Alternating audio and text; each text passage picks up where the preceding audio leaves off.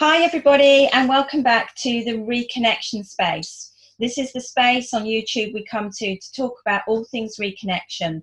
Reconnection with ourselves, reconnection with our relationships, with the world around us, reconnection with where we want to go and how we got there in the first place. And my guest this week is the amazing Amanda Johnson. Hey Amanda. Hi, Hallie.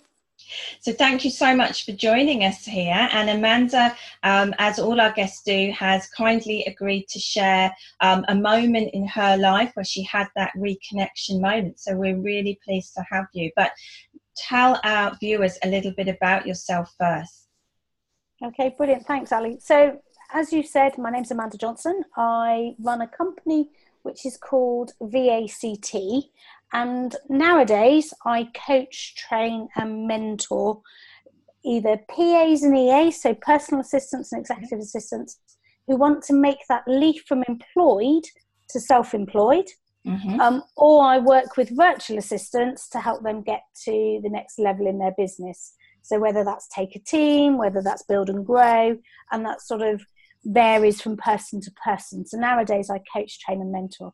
But in the past, I've been in military. I was serving in the military for 23 years. And I've also run my own very successful VA business. Fabulous. Which military were you in? What was your role? I was in the senior service. So I was in the Royal Navy and I was a logistics officer. Fantastic. So you've travelled quite a bit and seen some things?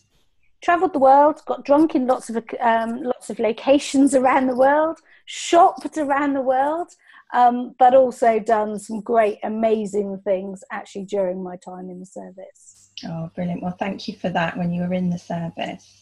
That's okay, thank you. So you have agreed to chat to us about a reconnection moment. Now, Amanda and I have had a bit of a chat on the phone previously, but we've never really connected. So I'm just as excited to hear what she's going to say. So what was that reconnection moment for you, Amanda? Okay, so in 2003, during my time in the military, I was serving on HMS Ark Royal, and it was the time of the Gulf War. And up until that point, I had never wanted children. And during the Gulf War, 2 helicopters crashed and 7 of my friends died. Wow. And I came home from the Gulf, and my husband, what I haven't told you is my husband was also military, and he served 25 years in the army. But during my time at sea in the Navy, during the Gulf, my husband was ashore actually in Iraq, serving in Iraq. And he lost friends and saw lots of horrible things there. And when we came home, we had both changed. And we realised that actually, although up until that point we had never wanted children, we now did want to create our own children. So we'd spent a lot of years not wanting kids and trying not to get pregnant. And then all of a sudden decided, okay, let's do this. And it didn't happen. After many years, we'd been accepted for IVF, and that was going to be 2 years away. So we carried on with our military careers, and I went off to the Caribbean, chasing drug runners and doing all sorts of fun things. Right. Came home from there, and my husband and I went on holiday. We came home from holiday pregnant. Wow. And there was all sorts of things that happened around that time, in the sense of everyone kept saying to me, oh, it might be twins. And I was going, no, it won't be twins. And we go to the 12-week scan, and it was twins. And unfortunately, my children were born extremely prematurely. They were born at 24 weeks. They lived for 8 hours, and then they died. Oh, gosh. And that was my realisation that life is too short. Wow. And at that point, I reevaluated everything. Absolutely. I loved my military career. I loved what I did. But actually, I didn't want to serve anymore. Right. And at that point, I said, that's it, I'm going. Life is too short and I want to do other things. Not that I ever knew what those other things were, in all honesty, but I just knew You just knew. no longer wanted to do what I had been doing. And I needed to be there for my husband and he needed to be there for me. And both serving in the military in different services and traveling and all of those things, we just weren't there. We were juggling. We were like ships that passed in the night sometimes. You know, people talk about life-changing events, but you know, that kind of loss, that really is, isn't it, an absolute game changer, life changer, you know, change of perspective, you know, just everything, the whole world just becomes a different place. And it really does. And people say it and I never used to believe it. Or I couldn't grasp the sort of level that they were talking at, in all honesty. So fast forward, I was 18 months from my pension, so a very senior naval officer sat me down and he said, Amanda, you're going nowhere. You're waiting those 18 months. We will do whatever we have to do to help you, but you're going nowhere. So we then tried to have more children and lots of miscarriages, lots of pregnancy failures and all of that. And we said, right, that's it.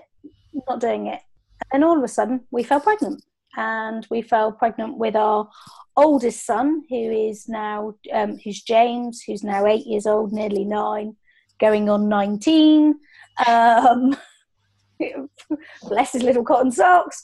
But we then had James, and at that point, it was around the time I was leaving the military, and I decided to set up my own business because I wanted a job with no pressure, no stress, no staff, no appraisals, nothing. And I thought, oh, that's fine. I'll work for myself.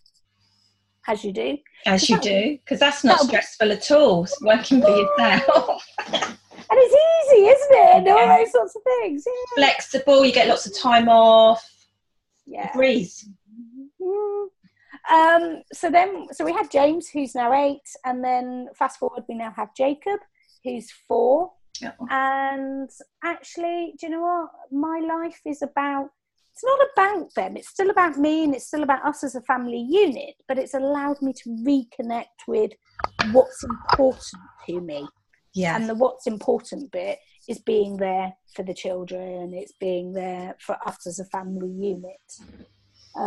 So that's my reconnection moment. That's that sort of moment in my life. So, you know, a couple of things. So we're actually, it wasn't planned, but we're actually recording this and talking about this in the middle of Baby Loss Awareness Week 2018.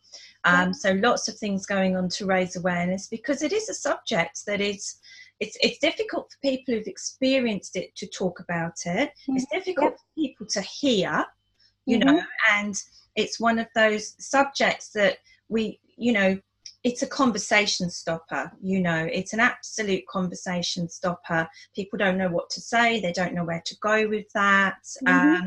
So, you know, I think just having these conversations is so good.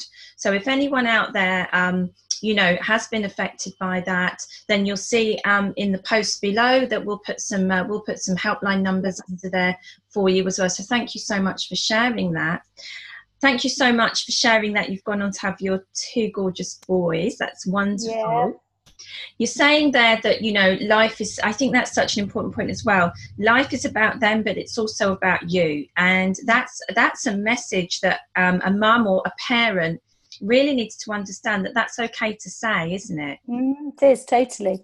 And I think, so like you just mentioned though, I always talk about the Baby Loss Club as a club you don't want anybody else to join. No. But it's only when it happens that people come out of the woodwork and say, oh, we lost a child, or we did this. And over those years that people come up to us and go, you're right, yeah, we were similar.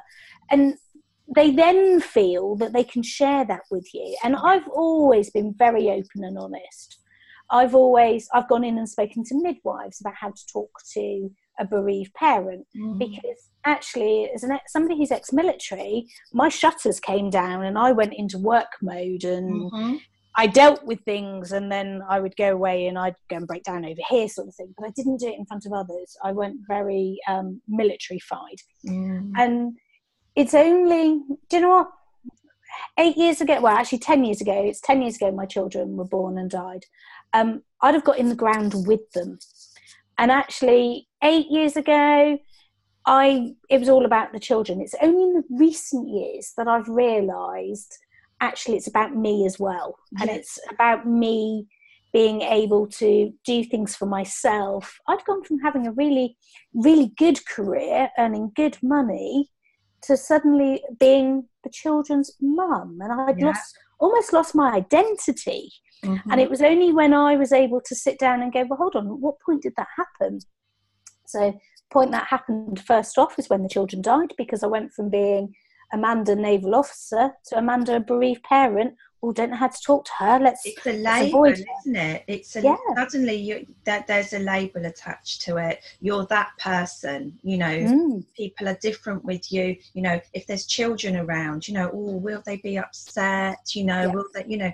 And it's like, oh, we're not really sure how to deal with this. So yeah, you've had that shift already into a different label. And then it's about being able to stand in that label, cope with it, know what to say, what not to say, how to deal with it, how to then move on. And I've always talked about it, because they're still my children. I have their picture on my desk. My children talk about the children, and people find that really uncomfortable. Whereas James and Jacob go, that's just normal. That's our brother and sister. Yes. And so, it's an interesting mix. So we fast forward, and you said there that, you know, you've got this life now, and it sounds pretty well balanced as life can be, you know. Can you remember a moment when you really thought, oh, this is it, this is kind of where I want to be at?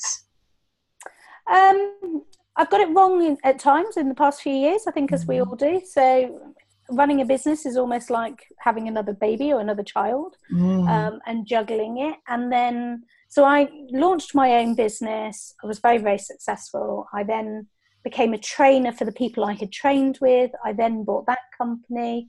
And so at one stage I was running 2 businesses and a family and a home, and I was exhausted.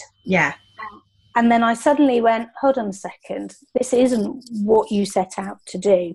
And I stopped at that point striving for work-life balance, and I started striving for work-life integration. And so actually, sometimes the work life takes priority over the home life, and other times the home life takes priority over the work. And what I did is I made some big decisions. My husband and I sat down and made some big decisions, and I sold one of my businesses.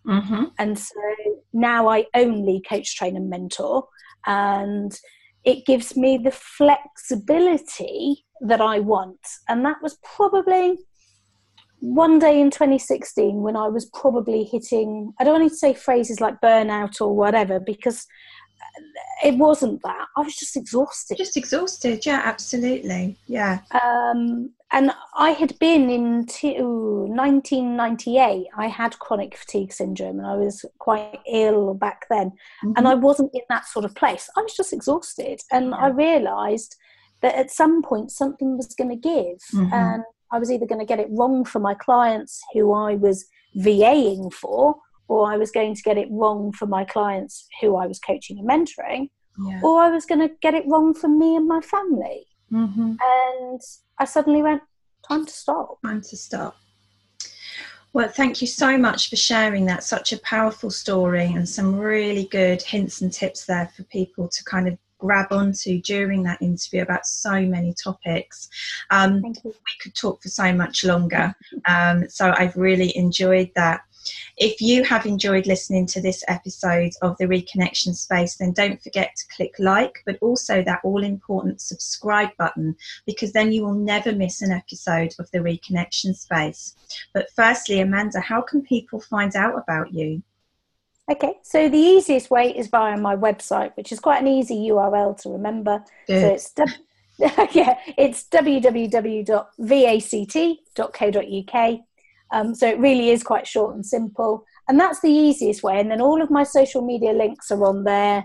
Email address, telephone numbers are all there. So that's probably the easiest way. Lovely. And my final question, as always, to all my guests is for you. Reconnection means what, Amanda? Being there for my family, actually.